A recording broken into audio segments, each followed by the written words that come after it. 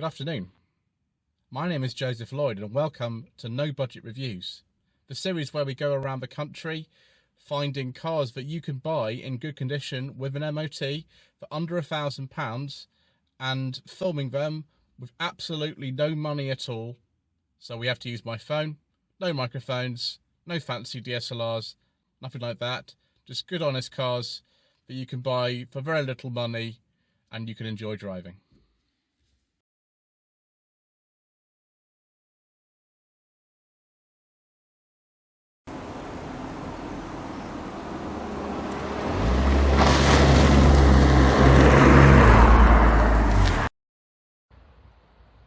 Well, it's another product from MG or Rover.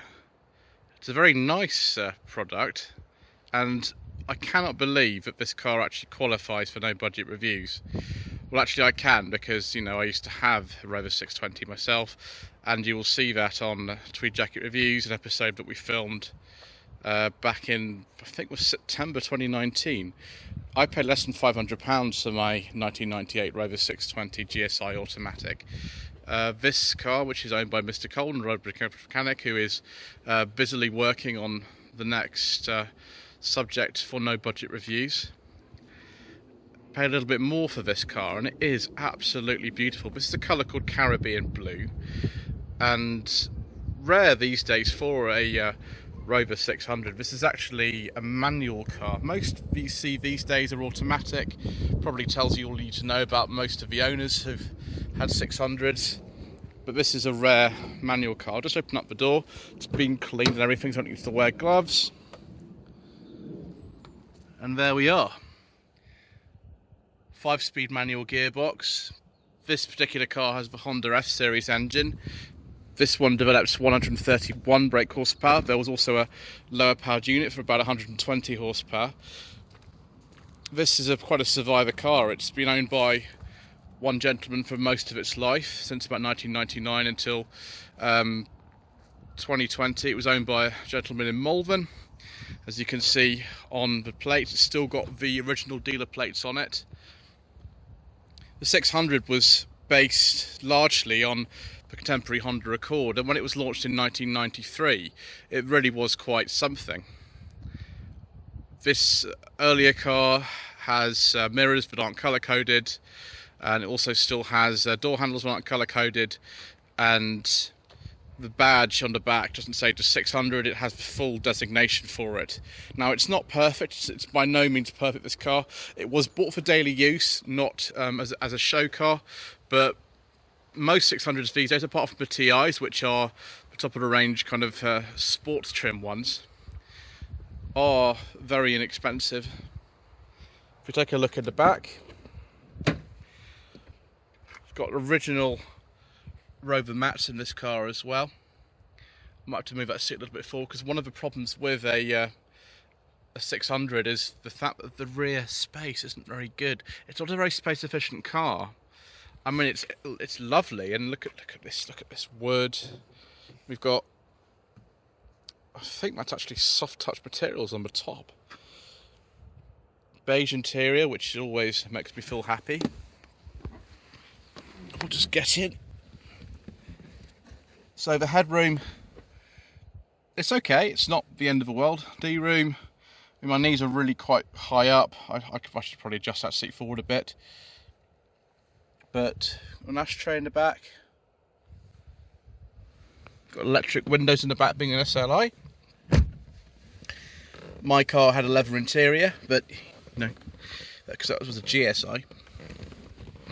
And if we just pull this armrest down, that's nice. You can see here as well that this is an earlier car because it hasn't got the later head restraints in it. The seatbelts for some reason are gold. I don't really know why, but it feels nice. It's even got a rear interior light there. Sunroof, of course. I believe it's electric on this car. We'll have a go with that later. But these door handles, they don't feel very good. It's a shame. I was sure on my one that actually the door handles had been off a few times, and that seems to be the case with a lot of these cars. If I can just make a dignified exit. Oh. Of course, we've got the Rover badges at the back. Just show you a couple of faults that are common to these cars. One of them is the rear arches, which they look really nice on this car, but they haven't been done particularly well in the past, so they are on the list for improvement. Another one is the door mirrors for some reason. This one's going to be replaced at some stage.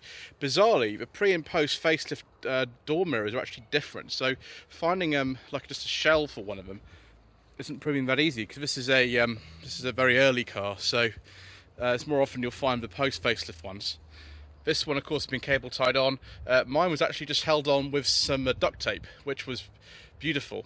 Another thing that you find with the 600 as well is the driver's window often fails, and it's actually very difficult to find one of these that hasn't, broken at some stage. This one works perfectly. Mirror switches are in the middle, and actually those are in really nice condition, much nicer than mine were. Handbrake's been adjusted properly as well. If we take a seat in the interior, oh, that's nice. Very comfortable cars indeed. Nice, clear, large, typical Rover or Honda instruments of the period. Clock actually works as well and displays the correct time. This car is immaculate inside. It's absolutely beautiful. Gearbox feels nice and tight, like a Honda gearbox would. Original Rover stereo in this car. Glove boxes. Funny spring actually on that. I don't know why mine was like that too. This being an early car, we haven't got a passenger airbag. Later cars did come with one. Instead, we've got an enormous shelf for storing hot beverages, as those of you who watch the Furious Driving channel will be into, but we don't talk about such things on mine. Big sort of door pocket on there as well. And of course, you can see we've got the good old Rover floppy key. It always makes me feel happy. Variable dimmer switch for the instruments. The classic sort of Rover and Honda 80s and 90s stalks. For some reason, the fog light switch and the heated rear window switch are up there, which is a bit unusual, but it's nice. Certainly prefer to have one of these in a contemporary Honda Accord. Well, the contemporary Honda Accord wasn't a bad car, but this is a Rover. Let's have a look at the engine bay. And here is the famous 2-litre Honda F-Series engine. This one is in extremely good condition. New auxiliary belt, new power steering belt, new cam belt, new master cylinder over here as well. Mr. Coleman just put a new one of those. They're quite difficult to get hold of, but he managed to put a new one on. Very easy to work as well, particularly this manual car with no air conditioning. The air conditioning would go about there, and if it was an auto, we'd have other bits down there as well. The engine mount on a manual is different as well. The automatics tend to wear engine mount mounts quite well. There's the code for the engine. It's an F-Series, F20Z1. As I said, by the cam cover gasket, it's a quite easy job to do, but they do suffer from it, and this one is absolutely bone dry. That's factory sealant there. Just in really, really lovely condition. All 600s, of course, had fuel injection. And yes, if you can find one of this sort of standard, and it will serve you well for many years to come. Also got some lovely Rover 800 wheels on this particular car. Standard ones aren't particularly exciting, and Rover 800 wheels do go straight on. Right, just open the boot, which classic Rover Honda style from the 1990s is a separate release down there. You can also use the key if you like. Nice big boot. I think it's about 400 litres in the 600 as far as I know. It's a well looked after car because we've got original Rover mats in here as well. There's another clutch master cylinder there, some more mats, and of course we've got a nice load of detailing things because this car is going to a show tomorrow, which is terribly exciting. And beside bits you could put a warning triangle of things and that there.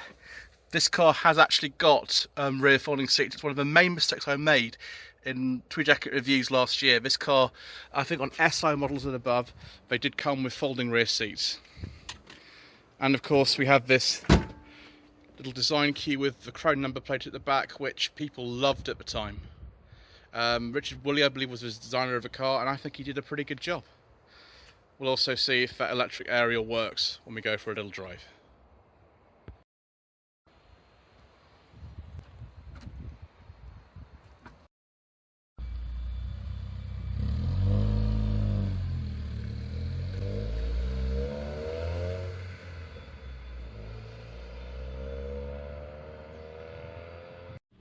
Right, off we go. Gosh, it feels funny driving a Rover 600 with a manual gearbox.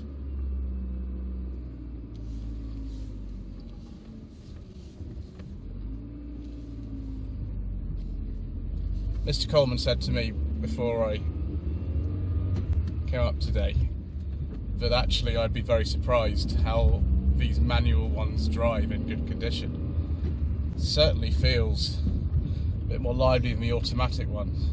The automatic ones, they tend to drink a lot of fuel, and they don't tend to be very fast. And you know, when you're driving around doing Santa Pod Challenge and things like that, you don't really want a car that drinks a lot of fuel, because with the economy run, that's not good. And also, you don't want a car that's slow. You want a car that's nice and sprightly.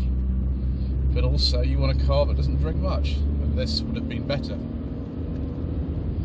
So the bottom of the range engine in the 600 was a 1.8 litre, 115 horsepower. Just above that, and I don't think it was sold at the same time, was a 118 brake horsepower version of a 2 litre that's in this car, the F series. 1.8 and 2 litre mainstay units of the 600 were supplied by Honda. Of course, this one developed 131 horsepower. And then the exciting engines, which turn the opposite way from these Honda engines.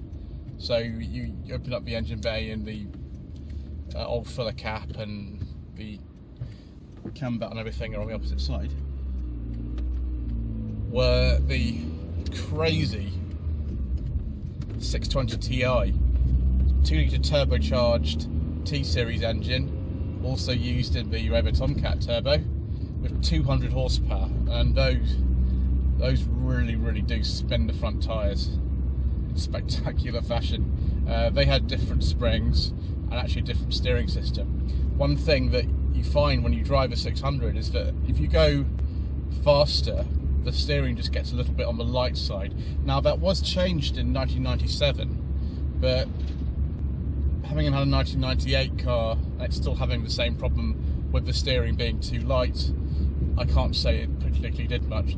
The ride on these cars was criticised when they were new for being a little bit on the firm side, but it doesn't feel that bad to me. I think these days we've got used to cars having really hard rides, and this feels actually quite soft to me in many ways. Obviously if you're driving a TI that has different springs in it, and that would handle a bit better. There was also a 2 litre L series diesel model, but of course we don't talk about diesels on this channel. In terms of performance, this 131 horsepower 2 litre manual car will do 0 to 60 in about 9.5 seconds and go on to a top speed of about 130 miles per hour. Fuel economy in my automatic car was quite bad.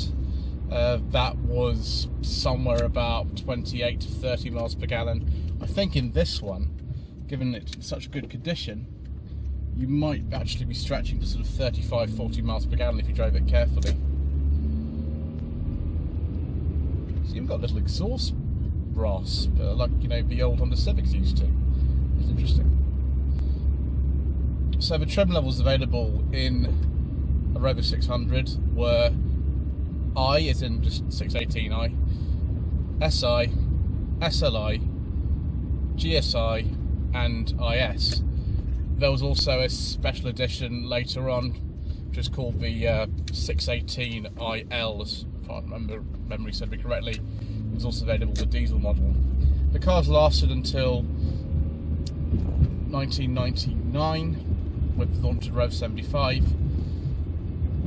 and there were two very minor facelifts throughout the life of this car.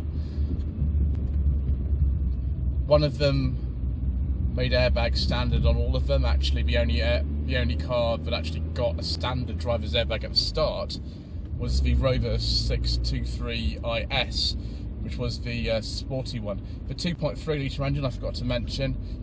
That another F-Series engine, I believe, or actually it might be a different model family, I can't remember, but similar. But that developed to 160 horsepower. And there was the 623 GSI, which is the luxury top of range car that had things like cruise control, and then the IS, which had a manual gearbox. Now these 623s, they are pretty rare. There are not a lot of them around, and actually they had a reputation for not being very economical or that much faster than a 620 like this. But obviously I'd like to try one, you know. Why not?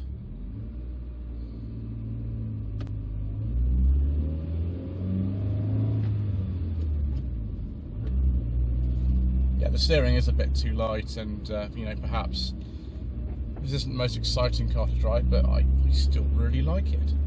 It's still lovely. The visibility of these is pretty bad. I have to say, both Mr. Coleman and I have actually got into situations where we damaged these cars by reversing into something, so yeah, I don't talk about that too much.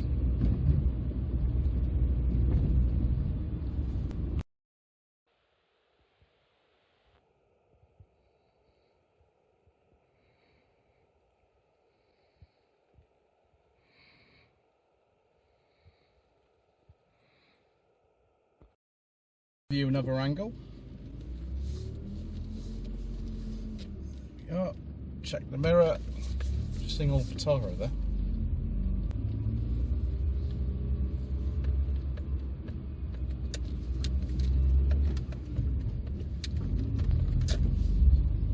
I've had a lot of Rovers in my time, and I had a lot of people when I had my old car, my old 620, saying I should have kept it. Now that car, if I just adjust this camera slightly, that car wasn't in the greatest of condition, to be honest, and that was one of the main problems with it. And it, you know, when it came to it, nobody really wanted to buy it. You know, you can buy one of these for what, £200?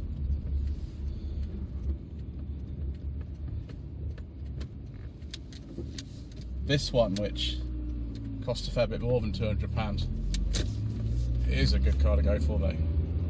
I really like this.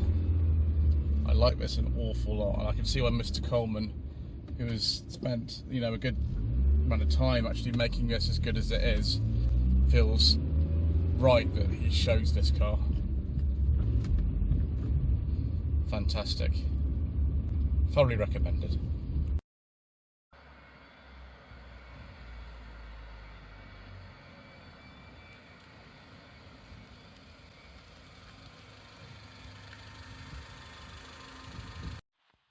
Well, viewers, predictably, driving another MG or Rover from the 90s and 2000s, I absolutely love it. If I'd had a car that was as nice as this, of a Centerboard Challenger, of course I wouldn't have been able to afford it anyway because we had a £500 limit, then maybe I would have kept it a bit longer. If you can find one of these, and particularly if it's in such nice condition as this, then it's got to be a very decent car for someone. And they're still really, really going for peanuts. Anyway, thank you ever so much indeed for watching this episode of No Budget Reviews. Please don't forget to subscribe to the channel if you haven't already done so. Please don't forget to like this video and to leave a comment below. I've got an Instagram page, instagram.com/Lloyd Vehicle Consulting, and also Facebook, facebook.com/Lloyd Vehicle Consulting. And thank you ever so much indeed once again.